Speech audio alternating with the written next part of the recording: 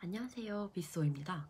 오늘은 세인트 존스 대학교 입학에 관심 있으신 분들을 위해서 이 영상을 한번 준비해봤습니다. 오늘 이 영상은요, 저희 네이버 카페 재학생이 말하는 세인트 존스 컬리지 가장 많이 올라오는 질문들을 몇 가지 추려가지고 제가 답변을 한 큐에 해드리고자 이 영상을 준비해봤어요. 그래서 예를 들면 학비는 어떤지, 재정 지원은 얼마나 받을 수 있는지, 그리고 어떻게 지원하는지, 영어 공부는 어떻게 준비하셨는지, 여러 가지 점수들, 그런 거 이제 뭐 어느 정도 좀 맞아야 되는지, 뭐 입학 에세이는 어떻게 써야 하는지, 그리고 이제 최종적으로는 이제 인터뷰를 보게 되실 텐데 그 인터뷰에 대한 질문 같은 것도 제가 기억나는 대로 다 말씀을 드리려고 해요. 그래서 지금이 또 입학 준비 시즌이잖아요. 그래서 필요하신 분들은 이 영상을 통해서 많은 도움 얻어 가셨으면 좋겠어요. 그리고 제가 집이어가지고 목소리를 좀 낮게 하고 있는데 그 점 양해 정말 부탁드리겠습니다. 또 밤이어가지고요. 그럼 첫 번째 학비부터 시작을 한번 해보도록 하겠습니다. 학비는 지금 굉장히 많이 달라졌는데 제가 지금 보고 있거든요. 근데 이게 작년까지만 해도 이게 59,203달러였었다고 나와 있네요.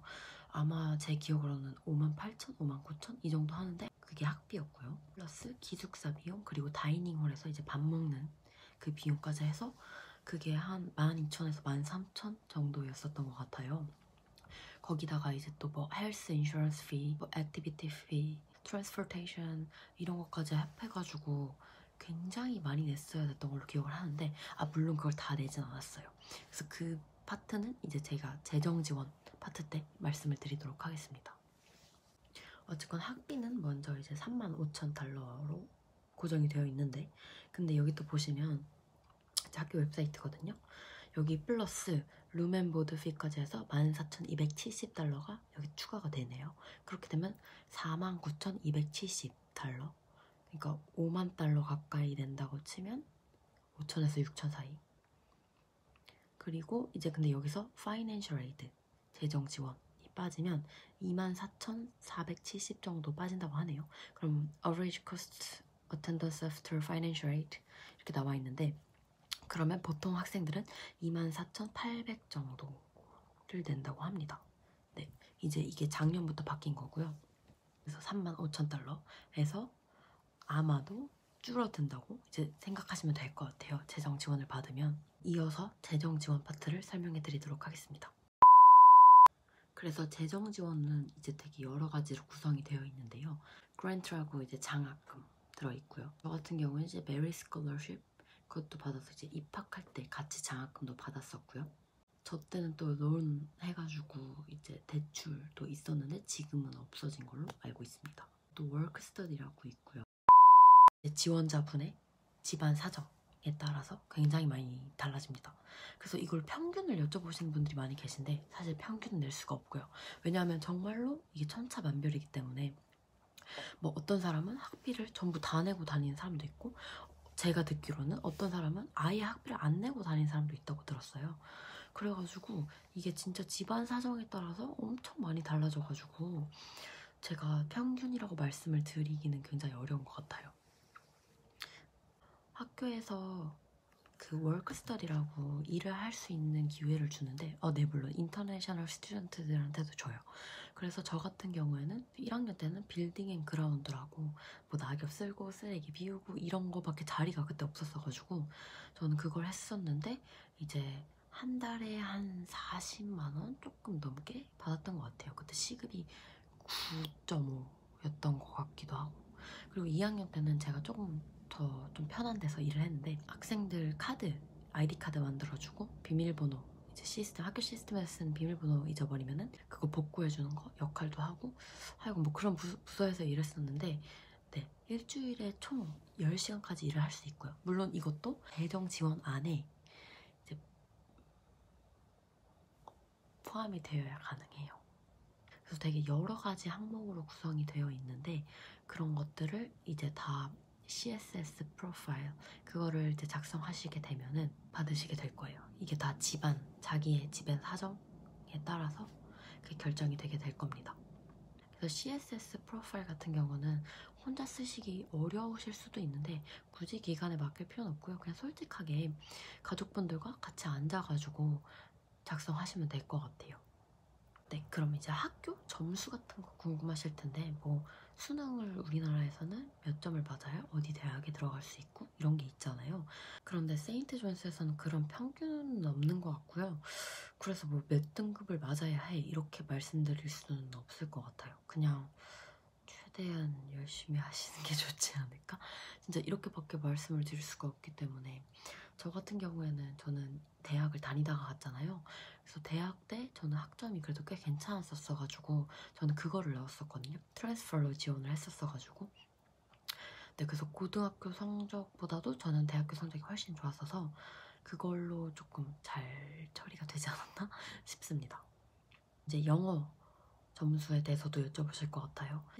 옛날에는 이제 토플이나 IELTS 그리고 SAT나 ACT까지 다 봤었어야 됐는데 지금은 토플, IELTS, SAT, ACT 그리고 PT까지 여기서 하나만 선택하셔서 하시면 될 것 같아요. 저 너무 불안해요. 저 그 ACT랑 SAT 그리고 그걸 토플이랑 같이 꼭 내야 되지 않을까요? 아니요, 저 그러실 필요 없습니다. 저는 IELTS만 준비를 했었어서 냈었고요. 그리고 미스팍이나 미스터 킴도 이제 토플만 준비해서 내셨다고 해요. 그래서 그건 너무 걱정하지 않으셔도 될 것 같아요.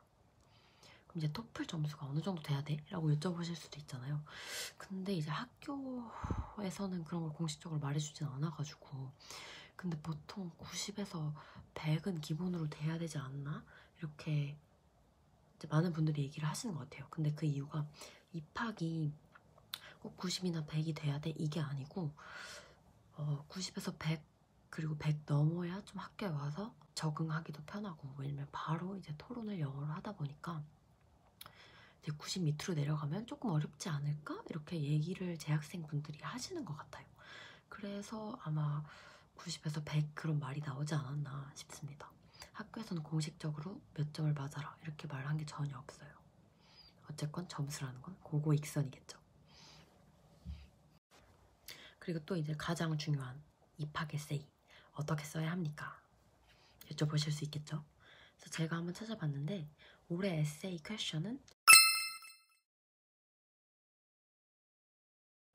그리고 작년 주제랑도 똑같네요. 이걸 대충 얘기를 해보면 이제 책이 왜 이제 그 에세이를 쓰시는 분한테 중요한 책이고 대단한 책인지 그리고 이 책을 읽고 쓰시는 분의 사고가 어떻게 변했는지 가장 중요한 포인트가 될 것 같아요. 저 때는 학교에 왜 와야 하니? 라는 질문이었는데 이제는 학교에서 저희가 페이퍼를 많이 쓰다 보니까 책을 읽고 분석하는 능력도 굉장히 중요하다는 걸 학교도 많이 인식한 것 같아요. 그래서 이제 오시는 분들도 그런 책을 분석하고 조금 더 생각을 볼 수 있는 에세이를 보는 게 아닌가 싶어요. 저를 포함한 다른 이제 재학생 분들이 지금 과외처럼 이제 원하시는 분들에 한해서 도와드리고 있긴 한데 그래서 저희가 말씀을 드리는 거는 책을 일단 한 권을 무조건 골라라. 근데 그게 인생에서 중요한 책이어야 한다. 왜냐면 다른 친구들도 다 여기 그렇게 썼으니까 여기 예시들도 많이 나와 있거든요. 그래서 가서 보시면 좀 읽어보시면 어떤 식으로 써야 입학하기 용이한지 이런 걸 아실 수 있을 것 같아요. 그래서 제가 읽어봤을 때는 이제 이 책에 대해서 그냥 이 책 독후감처럼 쓰는 게 아니고요. 내가 어떤 생각을 가지고 사는 사람이었는데 그리고 난 어떤 사람이었는데 이 책을 읽고 내 사고가 어떻게 변했다. 어떻게 변했고 그래서 이러한 이유들로 인해서 나는 세인트 존스에 와야 한다. 이 정도 쓰셔야 될 것 같아요. 한번 읽어보시는 걸 추천드려요. 세인트 존스 컬리지 이거 웹사이트에 좋은 예시들이 많이 올라와 있거든요. 학교 측에서 올려놨어요. 네. 그래도 정 도움이 필요하시다 하시면 저희와 같이 조금 얘기 나누면서 써보시면 될 것 같고요. 그리고 이것 말고도 제가 알기론 세인트 존스 어플리케이션 폼 안에 다른 질문들도 있다고 들었어요. 그게 정확히 제가 지금 들어갈 수가 없어가지고 확인은 못 하겠는데 일단 학교에 궁금한 점? 그것도 그런 항목도 있었고 근데 그건 다 옵셔널이거든요. 그러니까 선택적이긴 한데 그래도 웬만하면 쓰면 좋겠죠? 필수는 아니지만 이 방금 말씀드린 에세이는 필수고요. 그럼 이제 인터뷰로 넘어가 보도록 하겠습니다.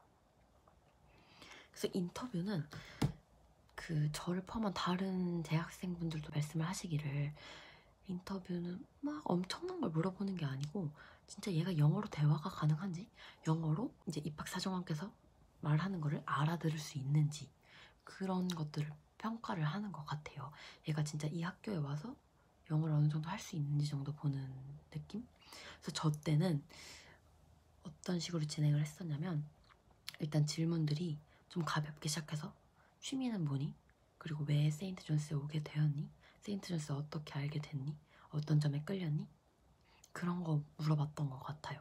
그러니까 어떻게 보면 에세이 안에 포함되어 있는 내용을 물어볼 수도 있겠죠. 근데 아까 말씀드렸듯이 이거는 말하기 능력 그리고 듣는 능력 그런 거를 좀 보다 보니까 인터뷰는 스카이프로 또 진행이 되고요. 저 같은 경우에는 전화로 새벽에, 한국 시간으로 새벽에 전화를 해가지고 진행을 했었어요. 좀 자신이 없다 하시는 분들은 미리 준비해 두셔가지고 어느 정도 써보시거나 아니면 말하기 연습을 해 하신 뒤에 인터뷰를 보시는 걸 추천드려요. 그리고 서류 제출 같은 거는 저 같은 경우에는 하나도 우편으로 보낸 게 없어요. 저는 다 스캔을 해서 보냈고요. 어플리케이션 폼 안에 보면은 이제 영어 점수 같은 거 IELTS나 토플이나 나오면 그거를 제가 받은 후에 스캔을 해서 거기에 업로드 할 수 있는 칸이 있어요.